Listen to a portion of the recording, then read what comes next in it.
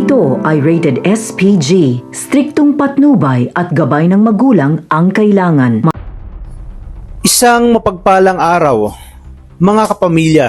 Naglalakihang revelasyon at mga pasabog ang ating matutunghayan ngayong linggo. Dahil hindi lubos maisip ni Olivia na ang kanyang minamaliit na si Mertes ay isa palang tunay na gerero.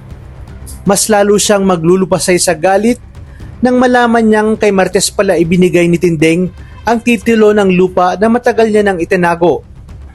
Kaya naman, gagawin lahat ni na Olivia at Pilar para mabawi ito. Dahil dito ay maiipit si Mertes sa hidwaan ng dalawang pamilya. Kaya naglakas loob na siyang pumunta sa mansyon ng mga gerero upang pakiusapan si Gustavo na itigil na ang paghihigante at para mangyari ito ay ipapakilala niya ang kanyang sarili na anak ni Tindeng at ang kanyang ama ay si Gustavo. Ibig sabihin, apo ni Gustavo ang gusto nilang ipapatay na si Tanggol. Ngunit sumabat naman si Miguelito at sinabing sinungaling si Mertes at ginugulo lamang ang isip ni Don Gustavo. Sinabi ni Don Gustavo na siya mismo ang nagpapatunay na totoo ang mga iwinika ni Mertes. Kaya naman, matitigil ang paghihiganti nila sa mga Montenegro.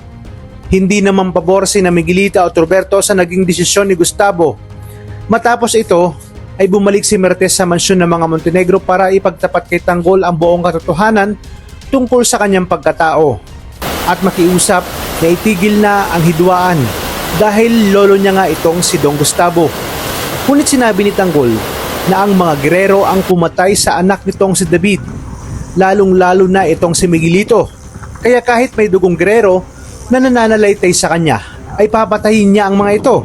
Desperada na si Pilar na mabawi ang mana kay Tindeng.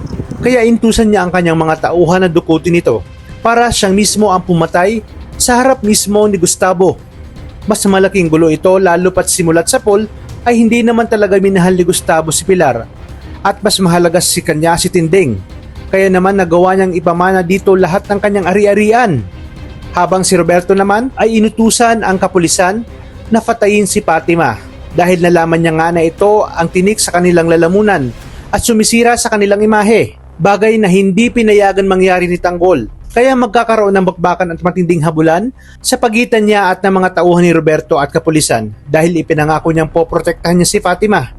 Dahil sa mga revelasyong ito, dito na kaya matitigil ang giyera sa pagitan ng mga Montenegro at Guerrero o mas lalong malaking gulo at kapahamakan ang mangyayari.